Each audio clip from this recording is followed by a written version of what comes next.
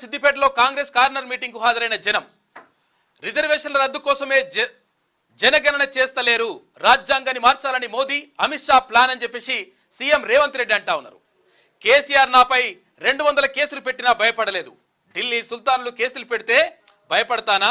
తెలంగాణ మీద దాడికి ఢిల్లీ సుల్తాన్ల ప్రయత్నం, 15 ఆగస్టు లోపు రుణమాఫీ చేసి తీరుతాం, సిద్దిపేటలో 1,00,000 మంది రైతులతో సభ పెడతామని వెల్లడి. ఆసిఫాబాద్, సిద్దిపేట, కుత్బుల్లాపూర్లలో సీఎం ప్రచారం నిర్వహించిండు. రిజర్వేషన్లు రద్దు చేయాలని కేంద్రంలోని బీజేపీ ప్రభుత్వం ప్రయత్నాలు చేస్తున్నదని సీఎం రేవంత్ రెడ్డి ఆరోపించారు. అందుకే దేశంలో జనగణన చేపట్టడం లేదని అన్నారు. రిజర్వేషన్లు ఎత్తేయాలని బీజేపీ చూస్తున్నది. మన దేశంలో బ్రిటిష్ కాలం నుంచే జనాభా లెక్కలు మొదలయ్యాయి.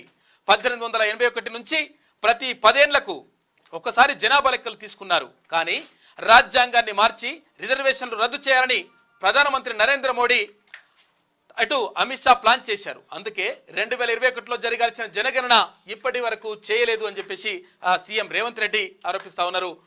రిజర్వేషన్ల రద్దు కోసమే జనగణన చేస్తలేరు, అందుకనే రాజ్యాంగాన్ని మార్చాలని చూస్తున్నారు. దానికి 2/3 మెజార్టీ అవసరం ఉంటుంది. అందుకని చెప్పేసి 400 సీట్లను గెలుచుకునేందుకు ప్రయత్నం చేస్తూ ఉంది. గెలుచుకుంటామని చెప్పేసి భారతీయ జనతా పార్టీ ఇటు ఎన్డీఏ చెప్తా ఉంది అని చెప్పేసి అక్కడ రేవంత్ రెడ్డి చేసినటువంటి వ్యాఖ్యల్ని ఇప్పుడు ప్రధానంగా చర్చనీయాంశంగా మారినాయి.